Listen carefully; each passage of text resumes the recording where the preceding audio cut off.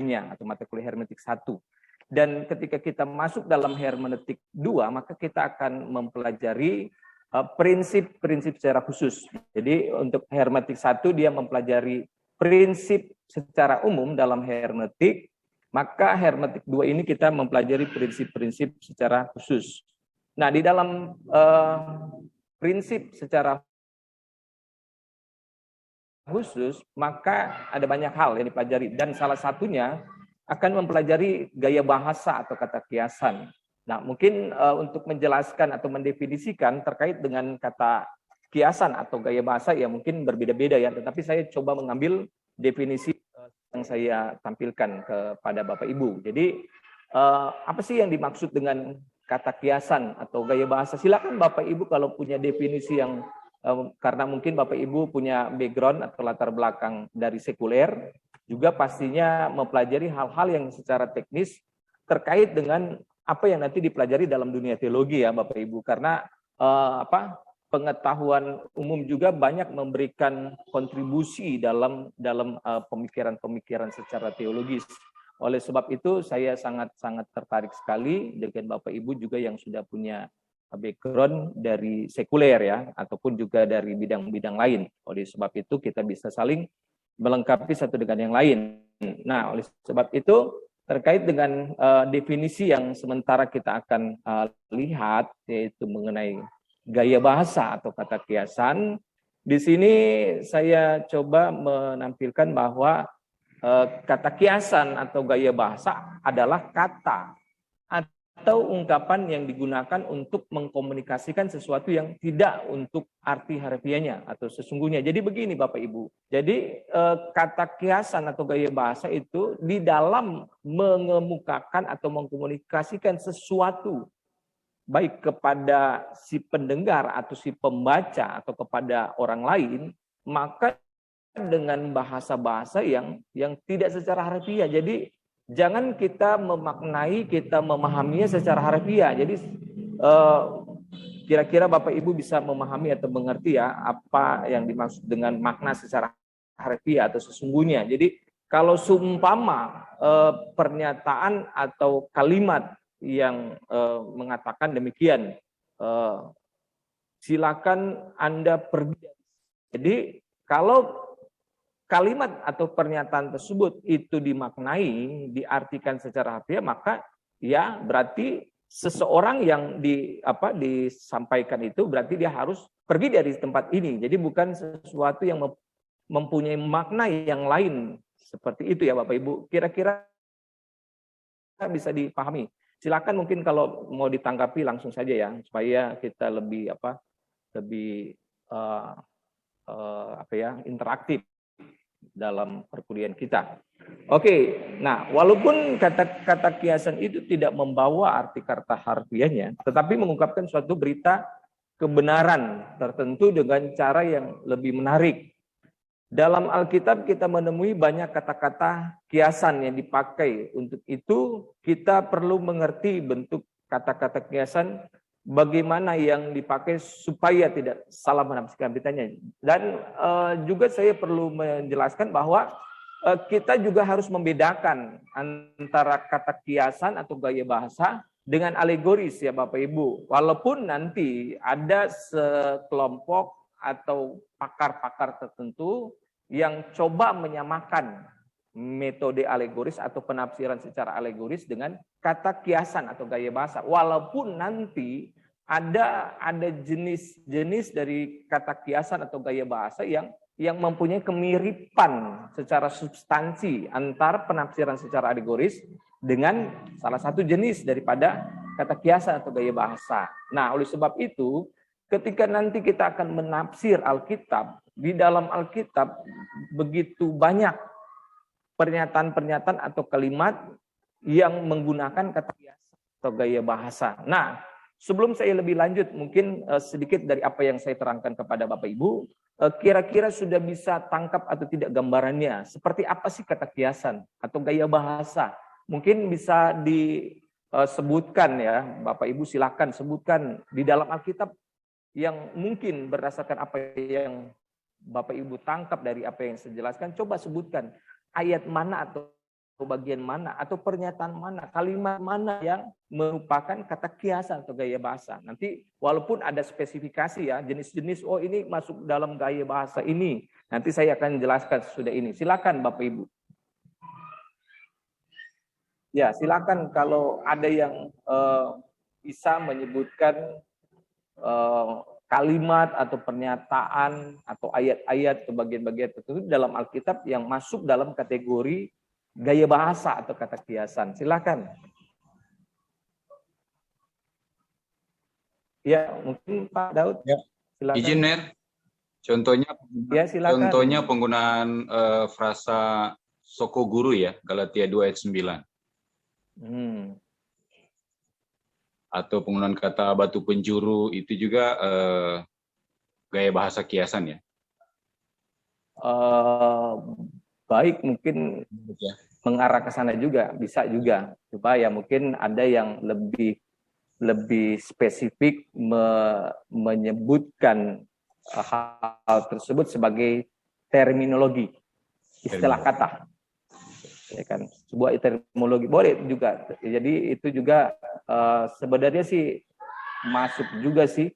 Cuma mungkin lebih spesifik juga dikatakan sebagai sebuah idiom. Nanti kita juga akan mempelajari tentang idiom.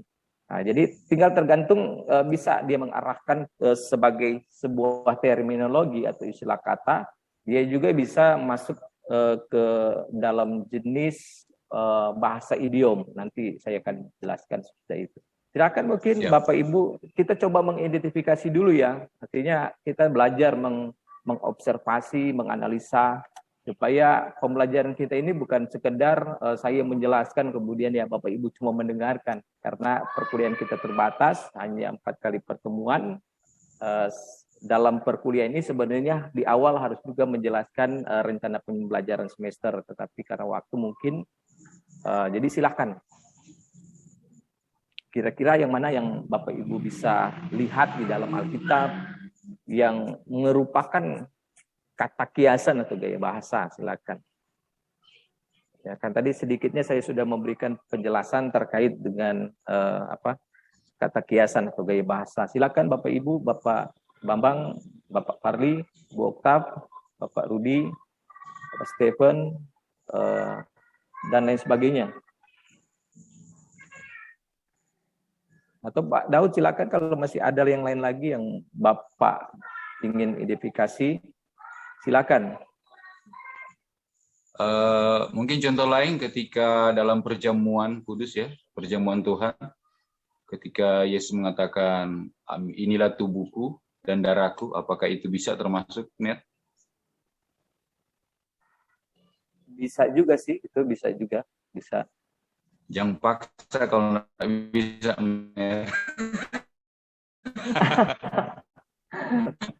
Ya memang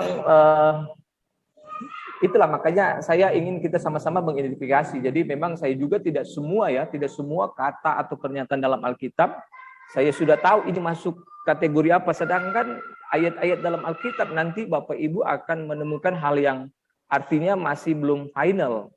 Ini narasi ini apakah masuk dalam kategori perumpamaan atau bukan?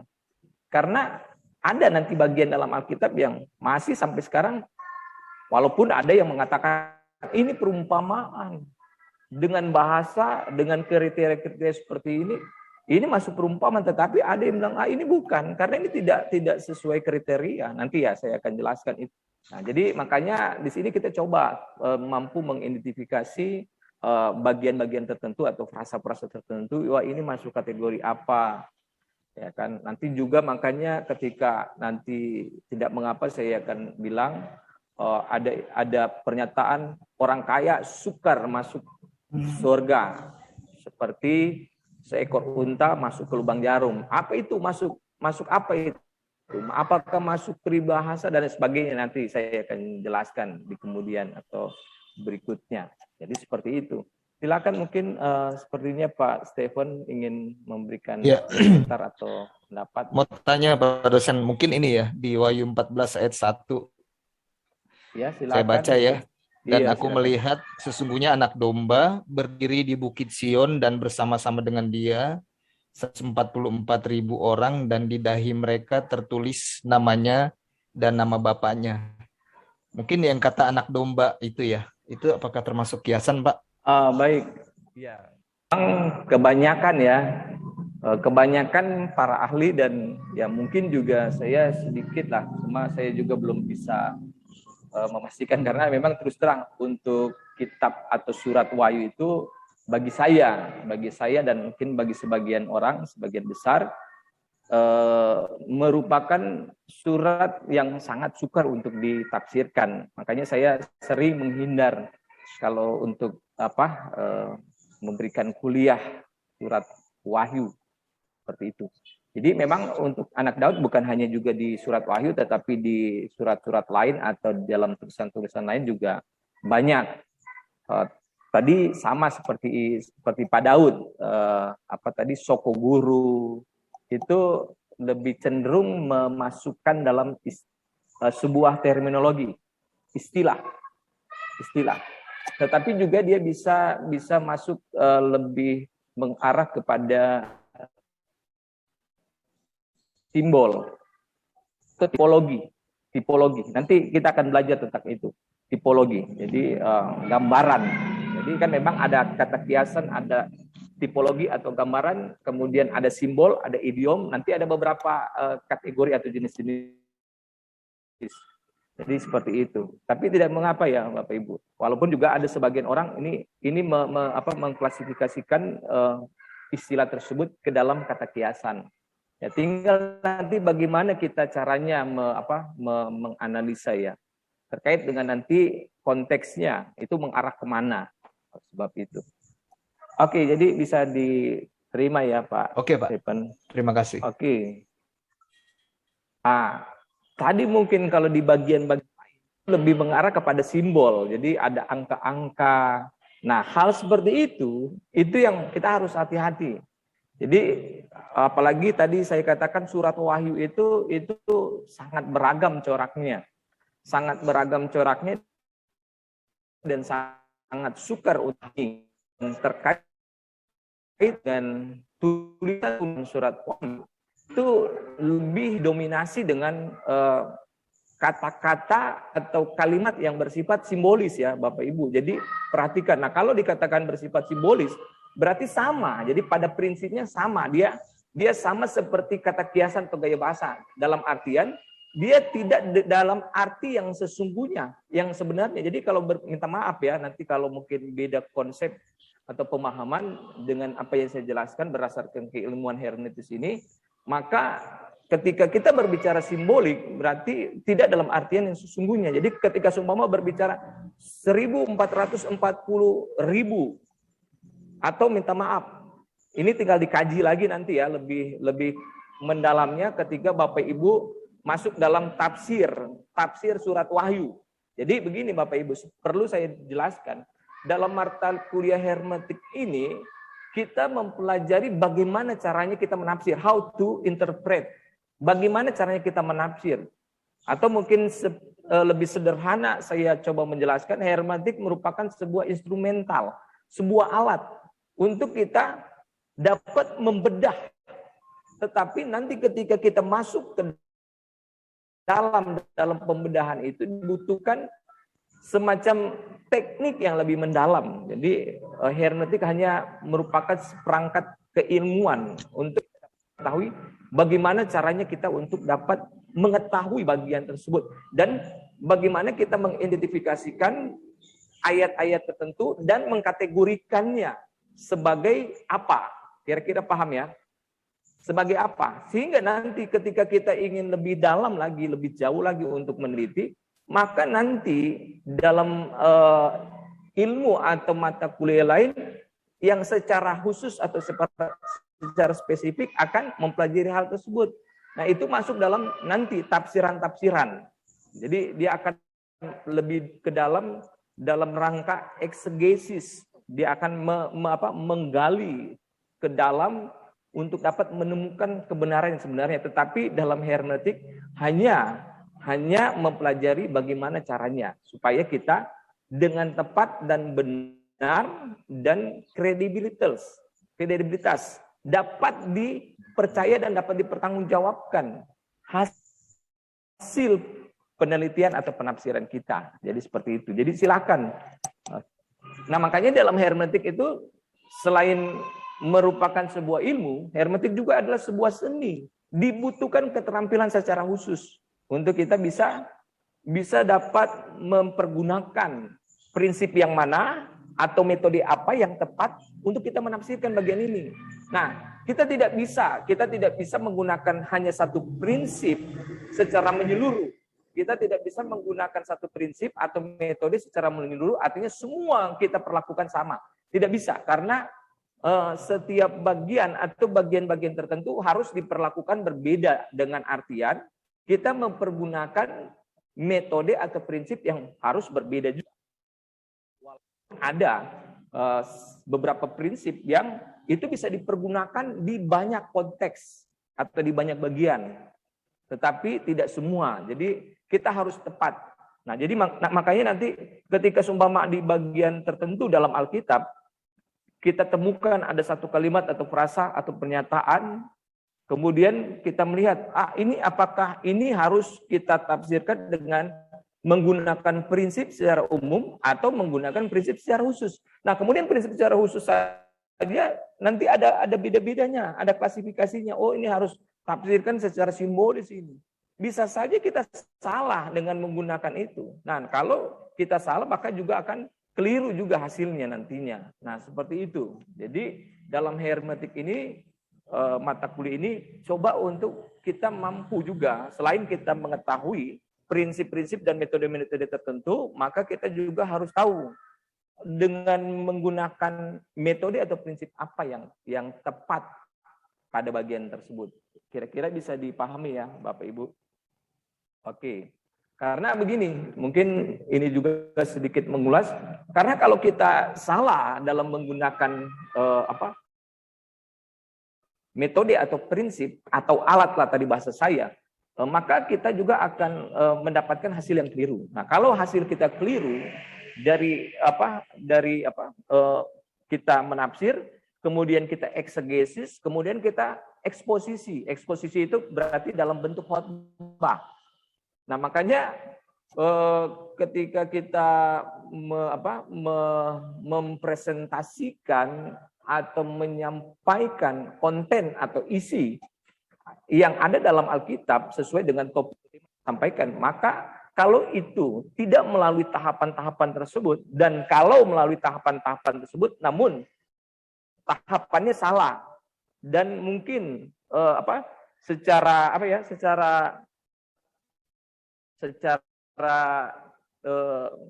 tadi saya katakan secara prinsip sesuai tahapan itu pun juga salah, maka pada akhirnya hasilnya pun akan salah. Nah, sekarang persoalannya, kalau apa yang kita sampaikan atau kita presentasikan itu sesuatu yang merupakan dari hasil atau tahapan-tahapan yang salah, maka apa yang akan terjadi?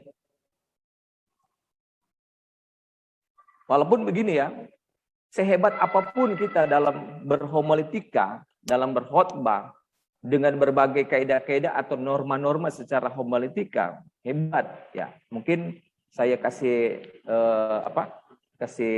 contoh lah ya. Mungkin sehebat minta maaf ya kalau saya menyebutkan nama Pendeta Gilbert Lumoindong dengan gayanya, dengan berbagai ekspresinya dia, bahkan dengan kata-kata yang hebat ya. Tapi saya tidak mengatakan bahwa Gilbert seperti itu ya, minta maaf. Jadi bermodalkan homiletika yang mumpuni itu tidak menjadi hal yang utama yang harus kita dalami. Tetapi bukan berarti kita juga mengabaikan. Itu hal yang penting. Tetapi di antara kedua tersebut, antara homiletika dan hermeneutik, bagi saya ya, hermeneutik itu merupakan sesuatu yang inti daripada segalanya, karena apa yang kita sampaikan adalah hasil dari interpretasi kita atau penafsiran kita. Kira-kira sudah bisa diikutin ya alur pemikiran saya, Bapak Ibu. Jadi sehebat apapun kita dalam berhomiletik atau berkhotbah atau berceramah atau berpresentasi lah. Tapi kalau kontennya yang kita sampaikan adalah hasil yang dari tahapan-tahapan atau proses-proses penafsiran yang keliru, maka hasilnya keliru. Maka juga apa yang kita presentasikan tersebut itu merupakan satu kegagalan bagi kita sebagai hamba Tuhan. Dan itu sebenarnya hal yang fatal ya. Baik ya Bapak Ibu, karena saya lebih jauh memikirkan bahwa ketika kita juga kaitkan dengan beberapa ayat Alkitab yang mengatakan bahwa nanti akan muncul nabi-nabi palsu. Nah, nabi-nabi palsu kan berarti penyampai nubuat-nubuat atau penyampai pesan-pesan Allah. Seperti itu. Nah, sekarang persoalannya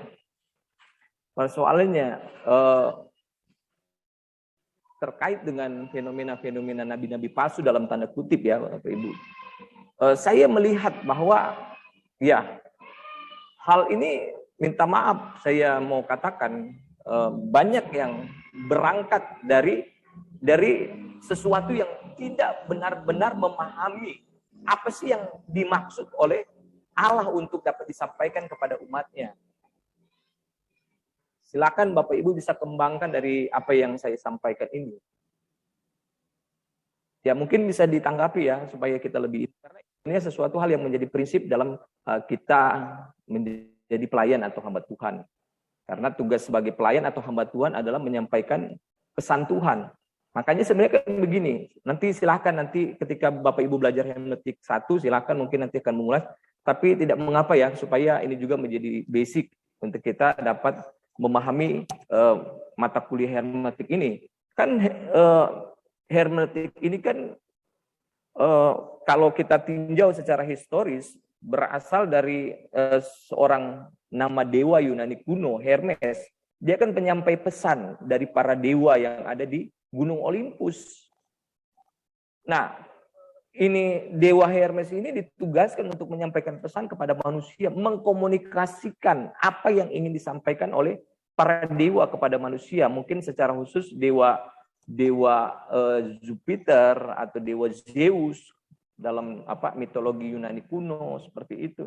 Nah, begitupun juga kaitannya. Jadi ketika ini dalam mitologi Yunani ini, nama dewa ini, Hermes ini, kemudian dijadikan sebuah ilmu, baik dalam kekristenan, walaupun memang hermeneutik ini, menurut apa yang saya pelajari berdasarkan sejarahnya, hermeneutik ini dipakai atau digunakan, diakomodir menjadi sebuah ilmu dalam kekristenan untuk menafsirkan kitab suci Kristen. Nanti di kemudian hari berkembang, kemudian keyakinan atau agama-agama lain menggunakan hermeneutik ini, walaupun ada penolakan-penolakan terhadap hermeneutik. Nah, seperti itu. Nah, makanya dari sejarah atau cerita secara mitologi tersebut itu dijadikan sebagai ilmu. Nah, makanya kaitannya dalam hermeneutik yang kita pelajari ini, ketika kita menyampaikan pesan atau sesuatu yang tertuang di dalam kitab suci atau Alkitab yang merupakan firman Allah, kemudian bagaimana caranya untuk kita dapat memahami perkataan atau firman yang tertuang yang tidak secara langsung disampaikan kepada kita. Baik kita sebagai reader atau pembaca, dan kemudian kita sebagai penyampai. Ya kan? Seperti itu. Nah, makanya kita harus memahami.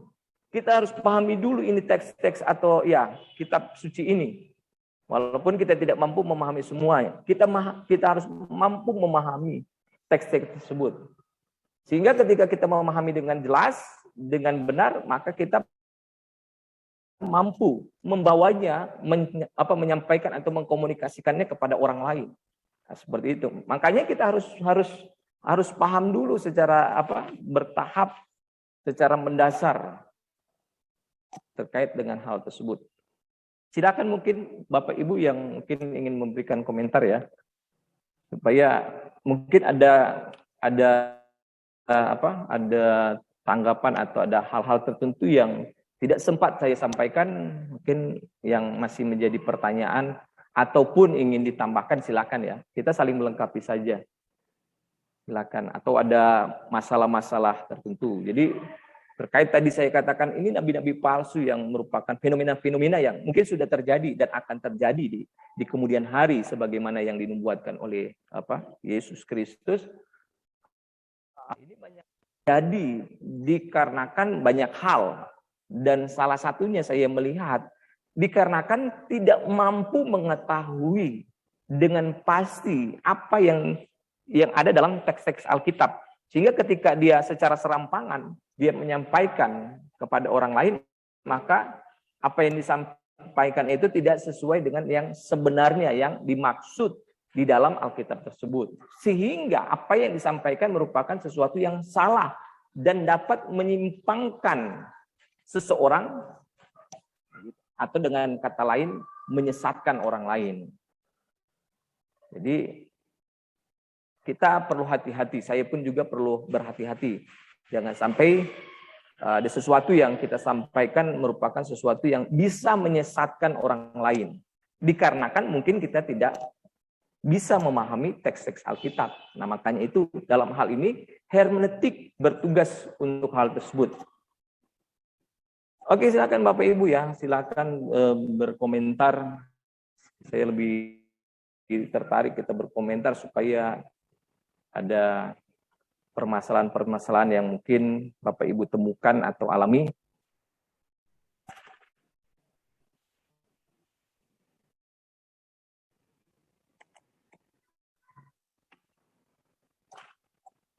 Baik, kalau tidak ada pertanyaan,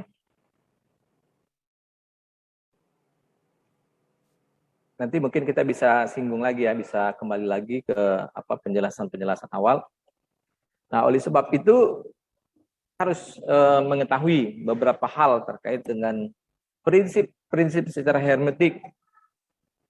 Tadi kita sudah sedikitnya mempelajari tentang kata kiasan atau gaya bahasa terkait dengan definisi daripada kata kiasan. Nah, oleh sebab itu di dalam kata-kata kiasan atau gaya bahasa ada beberapa jenis. Ada beberapa jenis yang mungkin juga kalau di SMA atau mungkin di perguruan tinggi sekuler atau non teologi juga mungkin sudah juga mempelajari terkait dengan hal ini. Nah, jadi bahasa kiasan atau gaya bahasa diantaranya adalah metafora. Yang pertama adalah metafora. Silakan mungkin kalau ada Bapak Ibu yang mungkin juga sudah mempelajari beberapa hal yang saya akan jelaskan, yang ingin juga menambahkan definisinya silakan ya. Tetapi ini yang saya bisa sampaikan. Jadi yang pertama adalah metafora. Metafora artinya membandingkan satu dengan yang lain. Yang kedua juga bisa diartikan dengan membandingkan dua hal yang mempunyai arti yang berlainan. Nah, kita bisa lihat contohnya. Salah satunya Yohanes pasal 6 ayat 35. Di sana ada sebuah frasa yang mengatakan, akulah roti hidup. Jadi ini sebuah pernyataan Yesus mengenai dirinya, di mana dia memetaforakan dirinya atau membandingkan satu dengan lainnya dengan ini yang tadi saya sudah lupa ya, Pak Daud dan Pak siapa ya yang menggunakan terminologi. Jadi bisa ini pas dalam terminologi, tetapi secara menyeluruh pernyataan atau frasa ini merupakan metafora. Jadi akulah roti hidup, ada kata roti hidup, tetapi ketika ini merupakan satu frasa atau kalimat, maka ini merupakan sebuah metafora. Jadi akulah roti hidup. Nah, Yesus menyatakan dirinya dengan bahasa metafora dan menggunakan istilah roti hidup bagi dirinya. Nah, kalau kita tafsirkan secara harfiah, maka Yesus mengatakan dirinya benar-benar roti hidup. Tetapi kan tidak demikian halnya bahwa Yesus adalah roti hidup, roti. Entahkah dengan apa ya, dengan substansi yang merupakan makhluk hidup atau apa, tetapi ketika berbicara roti adalah sesuatu yang mati, ya kan? Kira-kira paham ya? Jadi Yesus mengidentifikasi dirinya secara metafora dengan roti hidup. Seperti itu. Nah, yang kedua, contoh kedua, aku adalah ular, kemudian Allah adalah gunung batu kita. Nah, kalau kita sekali lagi kita tafsirkan secara harfiah, maka berarti di sini Allah atau si penyair atau si yang menuliskan ayat ini ingin mengatakan bahwa Allah ya benar-benar gunung batu. Tetapi tidaklah demikian. Nah, oleh sebab itu berarti pernyataan tersebut itu merupakan dalam hal ini dikategorikan sebagai metafora. Jadi jangan kita artikan sesuai dengan yang sebenarnya gunung batu itu. Makanya kita pahami. Nah, oleh sebab itu ketika kita mampu melihat bahwa ini merupakan metafora ataupun mungkin kita dengan jenis yang lain, tetapi tetap masuk dalam kata kiasan atau gaya bahasa. Nah, maka kita akan nantinya akan memaknainya juga akan berbeda kalau kita memahaminya secara harfiah. Seperti itu. Nah, seringkali atau ada beberapa ayat yang sebenarnya merupakan bahasa atau pernyataan-pernyataan secara metafora atau jenis-jenis yang lain, tetapi mereka menganggap bahwa ini merupakan satu pernyataan yang membuat sebuah bukan lagi asumsi, tetapi membuat jadi dugaan bagi mereka bahwa terjadi kesalahan dalam baik penulisan atau pengungkapan secara teknis dalam Alkitab. Kira-kira paham ya? Jadi ada keyakinan atau kelompok-kelompok tertentu yang melihat bagian-bagian Alkitab, baik mungkin secara metafora atau antropomorfisme, ataupun yang lainnya. Sehingga mereka kalau mereka melihatnya itu secara harfiah, maka mereka akan melihat, contoh begini ya supaya lebih jelas. Di dalam Alkitab kan ada tulis ada dua tangan Allah atau Allah menginjak kakinya, kemudian mata Allah melihat, ya kan? Nah itu kan merupakan gaya bahasa yang digunakan dalam penulisan Alkitab. Nah bagi mereka yang menggunakan bagian-bagian tersebut dalam Alkitab, kemudian mempelintir bagian-bagian tersebut dengan menganggap bahwa wah Allah itu punya tangan, punya mata, punya telinga, punya mulut, dan lain sebagainya. Berarti kalau punya mulut Allah makan. Kalau Allah makan kemudian akan diproses dalam pencernaan dan kemudian akan keluar. Kira-kira paham harfiah mereka duga, dan kemudian mereka pada simpulnya mereka berpendapat bahwa Allah yang dicatat dalam Alkitab, Allah yang disampaikan dalam Alkitab. Kira-kira seperti itu ya. Nah, karena apa? Sekali lagi mereka tidak mampu memahami bagian-bagian dalam Alkitab dan mengidentifikasikan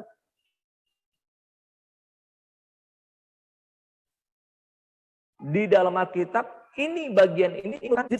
Walaupun kita juga bukan berarti saya juga menganggap bahwa saya sudah mengetahui ini bagian ini. Tidak, ini merupakan gambaran bagi kita supaya untuk kita dapat melihat ini kita harus melihatnya secara dengan menggunakan kacamata apa, dengan perspektif apa. Nah, seperti itu.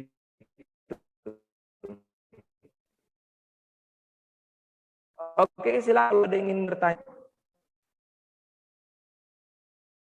Ya, silakan Bapak Ibu. Masih terkait dengan metafora ya, Bapak Ibu silakan. Ataupun nanti ada sedikit menyinggung bagian-bagian lain tidak mengapa. Silakan.